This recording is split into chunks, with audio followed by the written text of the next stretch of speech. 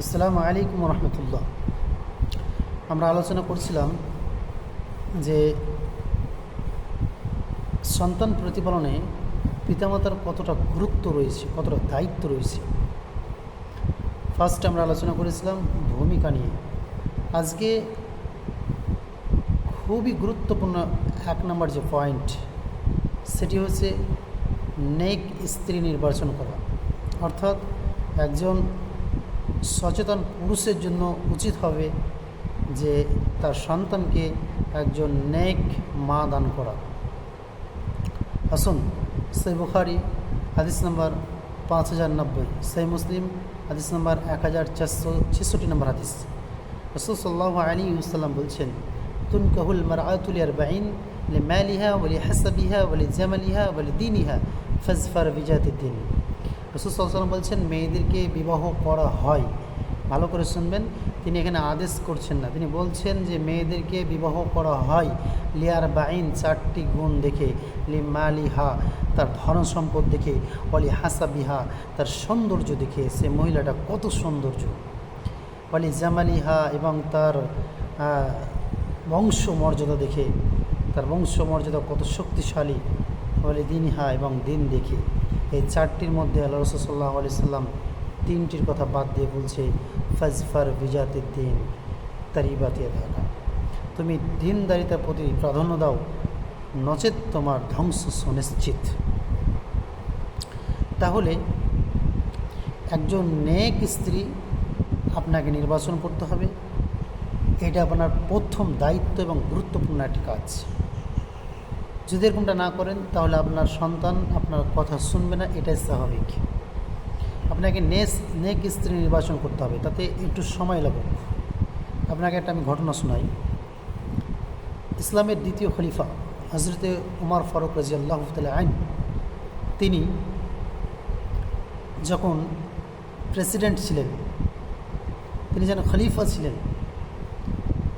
তিনি দেখুন কেমন খলিফা।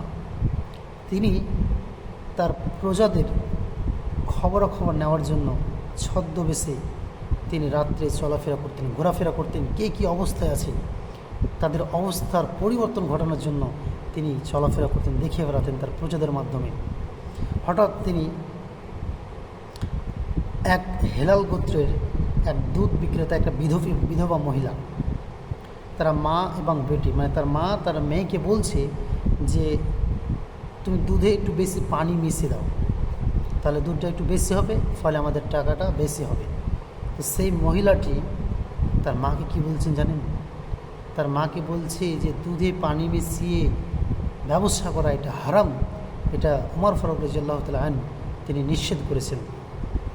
যে তার মা তাকে উত্তর দিচ্ছে যে তোমার উমর এখানে নাই, আর তোমার ওই ঘোষণাকারীও এখানে নাই।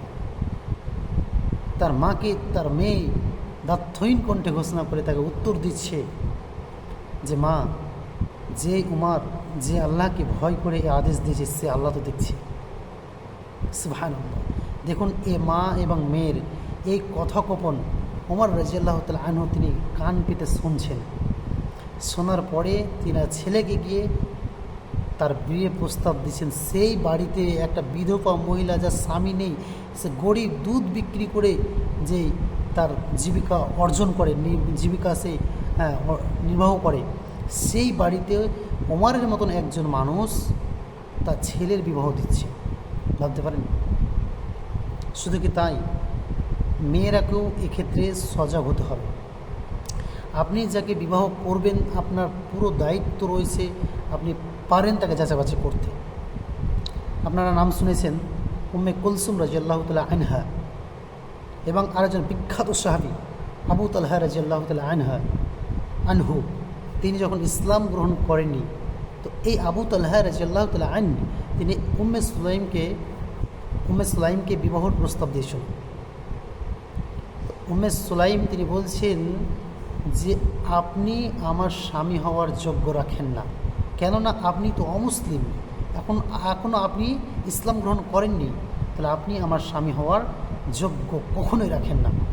তো আবু তালহা রাদিয়াল্লাহু তাআলা আনহু তিনাকে বলছে, আমি তোমাকে সোনা চাঁদি টাকা পয়সা দিয়ে আমি তোমাকে প্রচুর দেবো তোমাকে আর কি। তুমি কি তাদের রাজি হবে না? তো উম্মে সুলাইম তিনি বলছে, তুমি যতই আমাকে টাকা পয়সা দাও আমি তাতে রাজি নই। তুমি যদি ইসলাম গ্রহণ করো তাহলে এটাই হবে আমাদের মোহর। সুবহানাল্লাহ। তাদের টেন্ডেন্সি কত ভালো ছিল, তাদের চিন্তা ভাবনা কত ভালো ছিল। তাহলে এই ব্যাপারে মেয়েদেরকেও সচেতন হতে হবে। রাসূল সাল্লাল্লাহু আলাইহি ওয়াসাল্লাম বলেছেন, আদ-দুনিয়া ওয়া মাতা ওয়া খায়রুল মাতাই দুনিয়াল মারাতুস সালিহা। রাসূল সাল্লাল্লাহু আলাইহি ওয়াসাল্লাম বলছেন, এই পুরো পৃথিবীটা সম্পদ, আর এই পুরো পৃথিবীর মধ্যে সবচেয়ে উত্তম সম্পদ হচ্ছে সালেহ নেককার স্ত্রী। দেখুন, আপনি যদি বাড়িতে একটা নিম গাছ লাগান তাহলে সেই গাছ থেকে নিম ফল আপনি পাবেন, কখনো আঙ্গুর ফল পাবেন না। তাই কবিতার ভাষায় বলছে, মায়ের হাতে গর্বে শিশু মা যদি সে সত্য হয়, মায়ের হাতে গর্বে শিশু মা যদি সে সত্য হয়, মাই হলো এই জগতের প্রকৃত বিশ্ববিদ্যালয়। সুতরাং আমাদের সকলকে মনে রাখতে হবে, যারা এখনও বিবাহ করনি তাদেরকে আমি বলতে চাই যে বিবাহ করার পূর্বে যে মহিলাটিকে আপনি বিয়ে করতে চলেছেন সেই মহিলাটা কেমন, সেই মহিলাটা কি ফরেজগার, মুত্তাকি, আল্লাহ ভীরু, সে কি নেক, এটা আপনাকে যাচাই বাছাই করতে হবে। যদি আপনি যাচাই বাছাই না করেন তাহলে কিন্তু আপনি ধ্বংস, ইহকাল এবং পরকাল আপনার ধ্বংস। তাই আদর্শ সন্তান প্রতিপালনে পিতামাতার যে ফার্স্ট যে ভূমিকা সেটা হচ্ছে নেক স্ত্রী নির্বাচন করা। ইনশাআল্লাহ আপাতত আজকে আলোচনা এখানে শেষ। এরপর আমরা দ্বিতীয় পর্ব নিয়ে হাজির হব ইনশাআল্লাহ। আসসালামু আলাইকুম রহমতুল্লাহ।